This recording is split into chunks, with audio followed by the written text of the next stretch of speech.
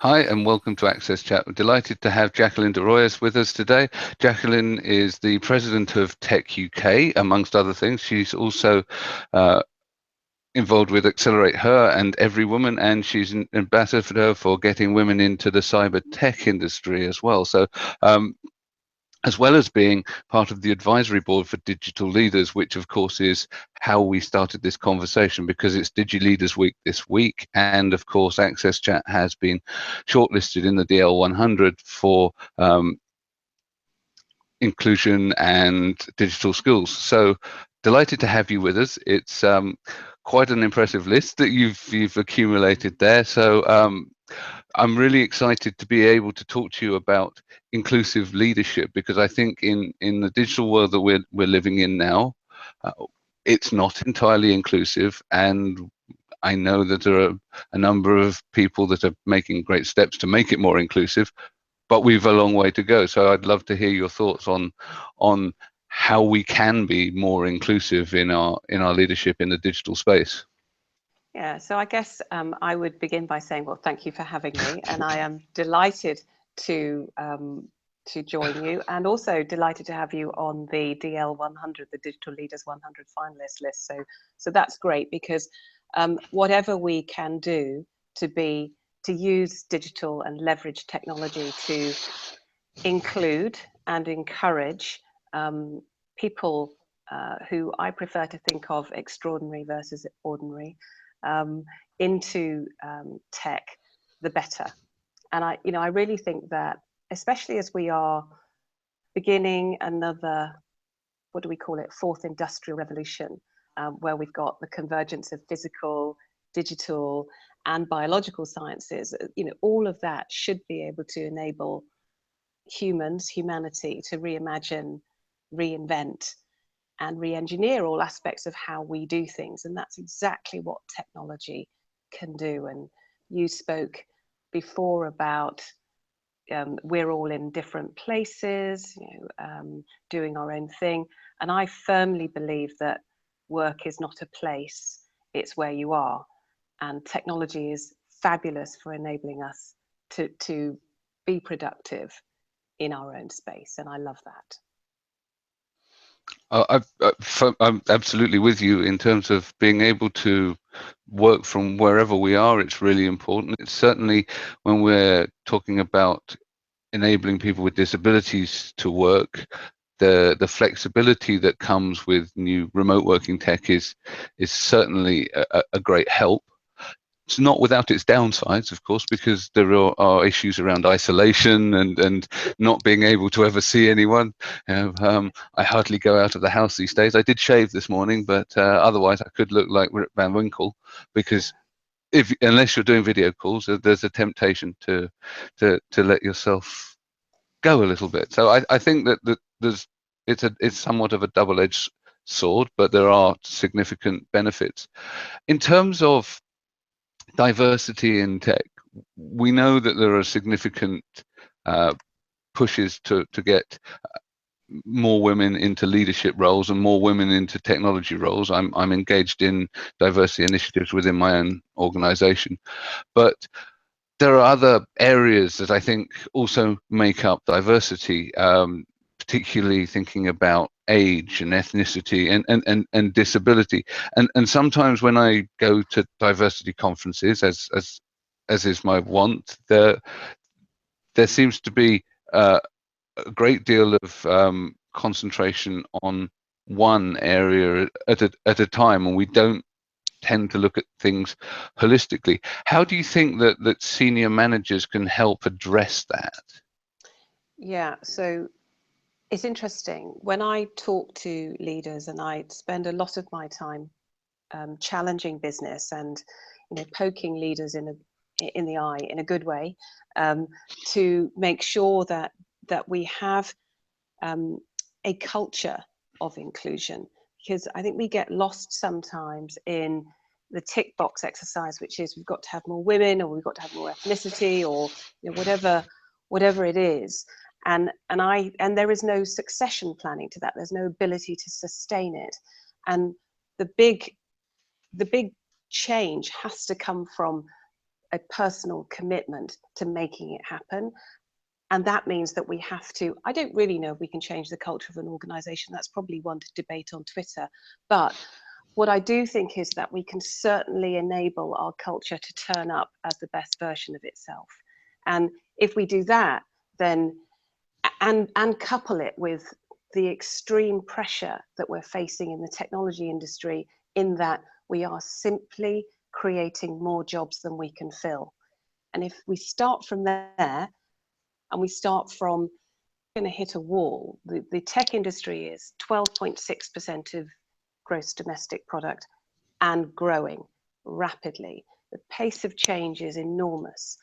And if we are having a problem filling the jobs we've got today, we certainly have to look to the rest of the workforce to try and fill the gap. And you talked about women earlier. We've got 16% of women in technology, and only 10% in the cyber world. And when I look to who's out there in the country to fill those jobs, we've got neurodiversity as an example. So Asperger's, autism is a fantastic opportunity to really swell the talent pool in cyber as an example.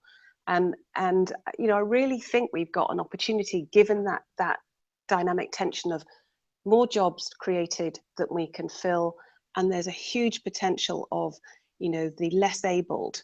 When I looked at the stats, I think it's something like nearly 12 million people registered disabled in the UK. That's 1 in 5, and I think over 57%, I think it was, have mobility disabilities. And technology can help us solve that gap, and that means that we can solve the skills crisis as well as bring inclusion into the equation. And that's what I spend all my time talking to leaders in business, but also government, to try and change policy and enable access so that we can be much more inclusive as a society. But at the end of the day, it's down to us as human beings to make the difference, us as leaders, because I hate to say it, but no one's coming. The cavalry is not coming on this one. We have to make sure that we are all changing the culture and making it the best version of itself as individuals. Today we have many young people arriving in the workforce, and we have graduates who came from different backgrounds, philosophy, biology, and they realize, well, I could find a job in technology. I'm not able, it's difficult to find a job in the area that of my studies are related. So, and they realize, oh, I would like to pursue a career in tech. So how can we help them to reshape their careers and, and fill in the roles in data science, in cybersecurity that are, there's the number of openings across the UK and across Europe are not being filled in, and these people can actually fit in those roles if trained. Totally agree. And there are some fantastic initiatives. For example, the FDM group in London, they employ 1,000 young people, ex-military and women returners every year. And they give them a 12-week training course, and then they throw them out onto projects in 250 of the country's largest businesses. And when you go from nowhere in tech to somewhere in tech in 12 weeks, that's a really astonishing opportunity. And they have no problem filling the roles, but we need people to apply, and that's why they've created, for example, the Women Returners program. And mostly, actually, the women returners are sometimes women who have already been in tech, so they're already trained. We've lost the talent because of a maternity break, and confidence breaks down really fast. And so we need to just train them. Sometimes I'm just getting back into commuting, putting work clothes on and getting back out there. And by the way, in tech, it's clearly we don't have to be quite as suited and booted as bankers, for example, but we're a bit more casual. And I think for the kids and for ex-military who are maybe not as able as they once were, it is a big opportunity to get really skilled very quickly in technology and be the data scientists of the future. You mentioned arts actually and creative subjects. I myself, I'm a language and business graduate, so I definitely was not a technologist. I'm still not sure. I'm not a coder, so I guess I'm in the tech industry by stealth, but I am a tech leader, and I have been able to use my communications capabilities. I see young kids using their creative skills in the gaming industry, which is really thriving here in the UK.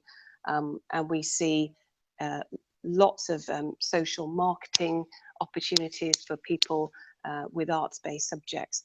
And interestingly, as the pace of technology increases, the premium will be on collaboration skills actually, and talking to people, being able to communicate as groups, and I think that the young are super great at that, and that's their opportunity to collaborate and not work in silos that we're traditionally used to in tech.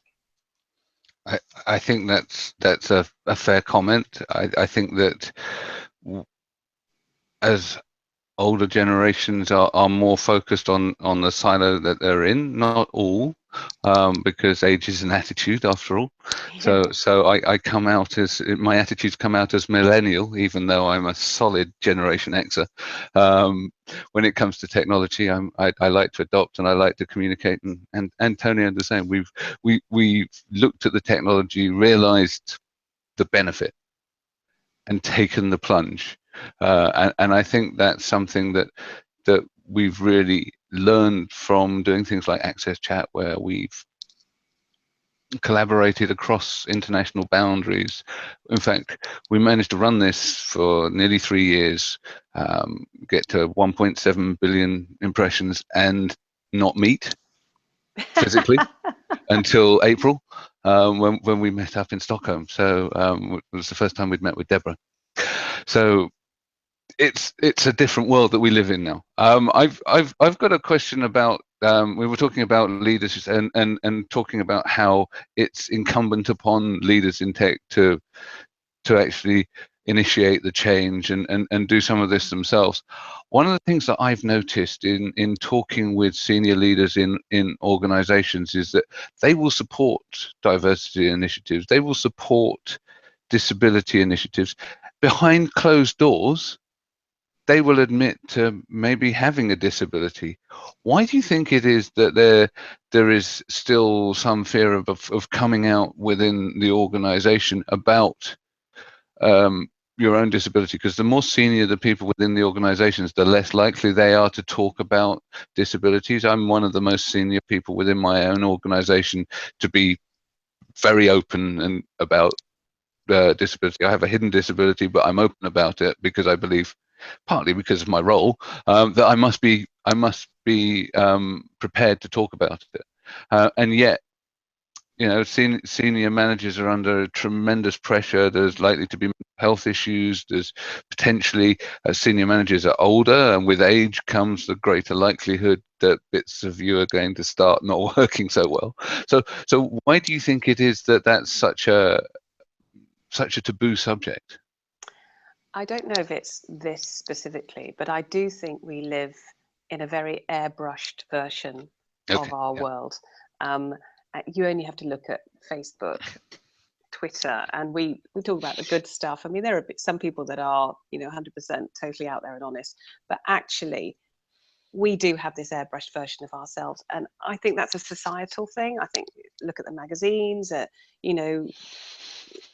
I see models being thinner and now actually curvier because they're going the other way as well. So we all aspire, or have been programmed to aspire, to this airbrushed version of ourselves. And actually, I think that spills over into business. Having said that, I do think that Mental Health Week recently did make a difference in terms of when Princess Harry and William came out to talk about mental health. I love that and really honor that, because that's really hard, and you really need people who are at the top of their game, in places of leadership and positions of influence who can out and uncover the truth behind what's going on. Frankly, we all have stuff going on. I don't know about you, but you know, at 54, I've got stuff going on. And, you know, I think, you know, sometimes we just have to surface that honesty. And I think that's the human connection piece.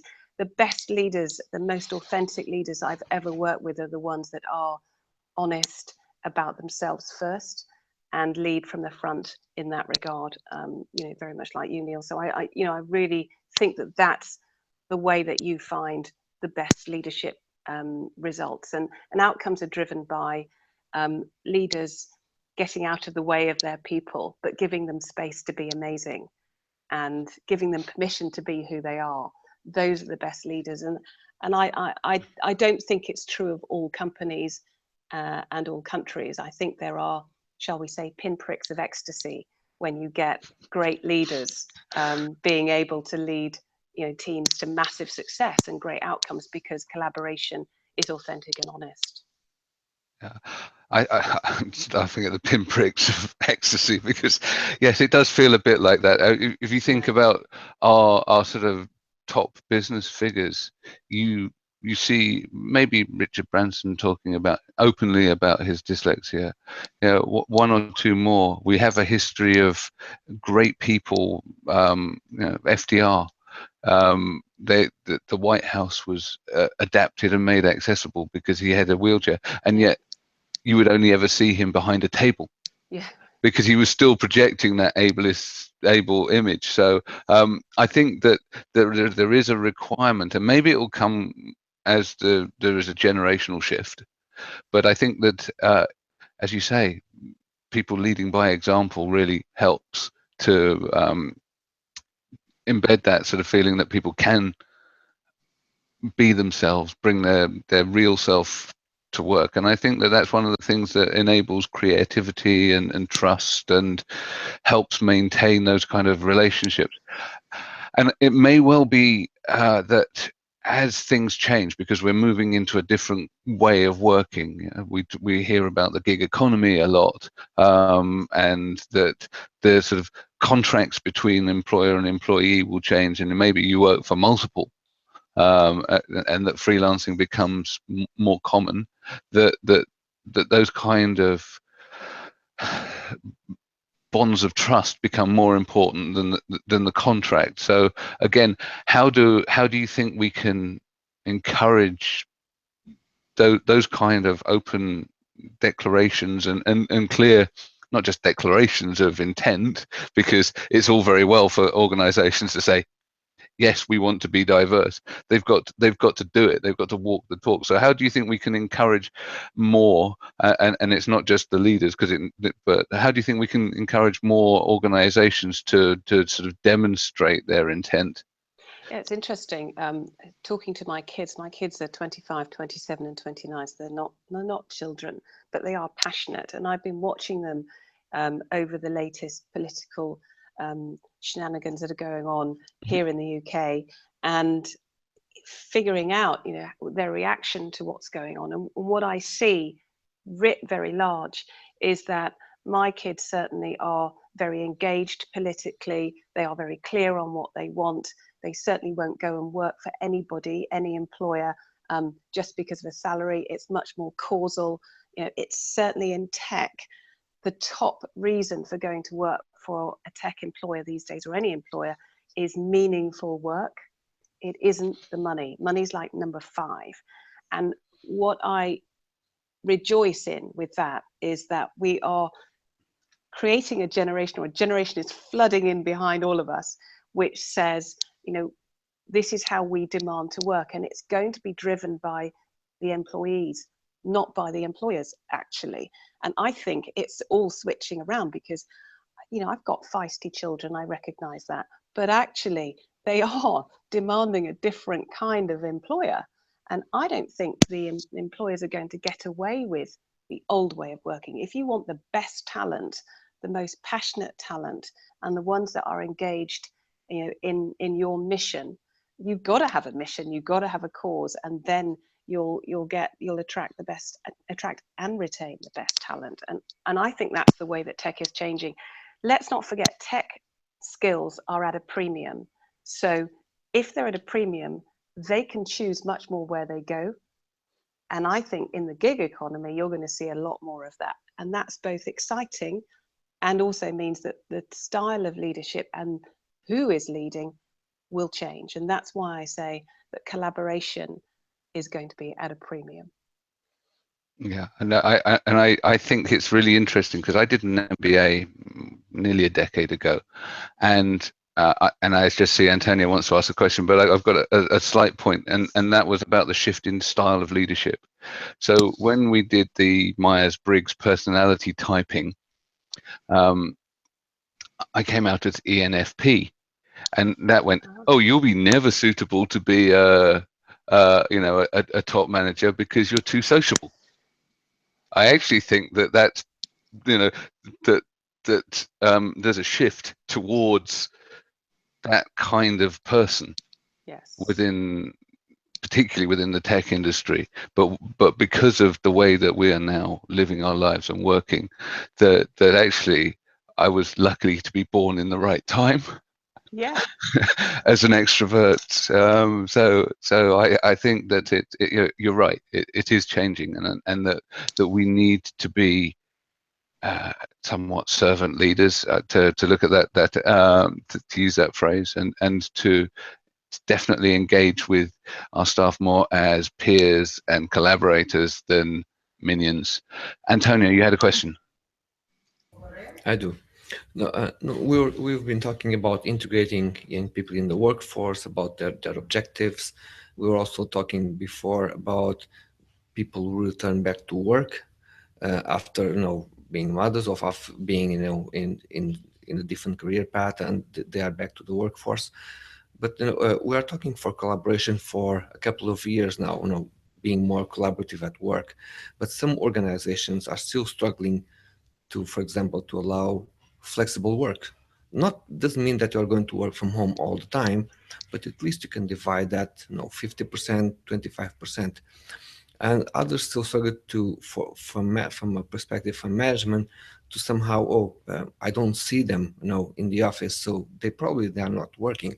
So we still face some challenges in order to be able to accommodate this style of working. So Marcus, when you talk with people, in the multiple events that you go, what type of feedback are you able to experience from your relation with them, and what type of experiences can you share with us? Yeah, it's a really good question, Antonio. I think we're in a transition phase. So there are some, well, let me put my own personal view forward first. I strongly believe that great ideas go to die in the boardroom and thrive in a coffee shop. It's just human nature, which says that we are hugely productive when we are more sociable. It's okay to have a bit of noise around us. It's okay, to be in a sort of energetic environment rather than a very sterile environment. And this is being recreated in places like the Google Digital Academy that I was in last week, that's just been launched in London. It's full of deck chairs and beach balls, and designed to enable the Google team, for example, when they're in the office, to feel like they can collaborate in a social way. But they are also driven by metrics that are very outcome based, so that it's not about if you're working, if you clock in with your work card, you're productive because you're sat at your desk. It's not that. It's about the outcome of the project or the mission, and that's how you're measured. So new metrics of productivity need to be ingrained in leadership styles and objectives as we move forward. I think there are some professions that are really good at this. There are other professions, and I would say something like the legal profession is quite rooted in the fact that they like to have you there. That might actually also be because taking data off site for them is a little bit nerve-wracking. But there are industries and sectors that will have to catch up. So I strongly believe that we are moving more towards you know, my office, people often ask me where my office is. Frankly, it's in this big handbag that I carry around, and in there I've got a couple of devices, but mostly what I'm dragging around is my ability to get power, because, you know, I can be wherever I am, but if I haven't got a plug socket, I'm in trouble. You know, exactly, you've got your battery pack there, and it's fascinating, isn't it? So the three things that scare you, which is security, Wi-Fi, the biggest one that's the scariest of all is that you know, your battery runs out, and that's the killer. But yeah, I mean, I think flexible working is a transition. There is a cycle of transition that's happening. There are some companies that are saying, for collaborative work, we need to be together. And I get that, because actually we do feed off each other as human beings, and we do need that. And then there are times and tasks that are different, where you need some space, and you can work wherever you are. And then there's the travel time, which is just dead time, and you can just flex so much more with the tech that enables us to do that. So I would like to think we can solve the housing crisis, the commuter crisis, the pollution crisis, all by saying we don't have to move everyone around into big cities all the time. And I'm a big proponent of hashtag not just London, or hashtag not just big cities, because, you know, remote and rural areas are just as productive, possibly, as just trailing into the big smoke all the time. I'm in a little village right now, so but I chose the sort of on the sort of tick box list of things that must have was a fiber connection. Yeah, exactly. So if you look at the digital exclusion heat map from Go On, or whichever it's been rebranded as now, Dot Everyone now, you can see the capability. You can work from remote locations in parts of the country, but it's really still quite patchy. I think that also we're seeing campuses being stood back up. So it's interesting to see the difference between North America and the UK and Europe in this respect, in that I think North America went remote a lot earlier, actually, when the remote tech wasn't as good, and now they're moving back into campuses, and we're still part of the sort of tech diaspora, and we're spread out everywhere. So I think that's interesting to sort of observe the differences in different countries. One last point before we close, and that is really around, we've talked about people with disabilities having opportunities to contribute, and of course, in a diverse organization you get diversity of ideas, etc. But also, one thing that we've found is that because people with disabilities have to deal with problems, it makes us naturally good, both sort of early adopters of technology, but also good inventors, and having the ideas to help see how you can utilize technology. So really want to try and find ways to flip disability into actually strategic advantage. And again, how do you think we can best communicate that to maybe people in the boardroom who are somewhat skeptical, worried still that actually there's a cost to it rather than a benefit? Yeah, and it's a really, really interesting area, isn't it? I think for me, it isn't so. Cards on the table. My husband is the head of a charity that delivers yoga to special needs children, and you know what I have seen up close in children and young adults is, once you've experienced the ability for someone to contribute in the way that, for example, Asperger's, autism, diversity can contribute to cyber, you start looking at 90, I've met 90 of the biggest cyber brains from GCHQ, and I'm telling you, a lot of them are all on that scale, and they are just the most magnificent version of themselves when they are solving a problem that you and I would only look at and think, I've no idea what that pattern could mean, or that trend could mean, and the outcome, when you have a leader who perceives outcome and sees mission versus the wheelchair, or the glasses, or whatever it is, when you start to see through different eyes, and I think only when you've experienced it up close and personally can you really understand the productivity benefits. But that's where organizations like Tech UK, like Digital Leaders, that's where we poke leaders and government in the eye and say, okay, the country has a productivity issue, we simply don't have enough people in technology, this is a great resource for us to include in that talent pool.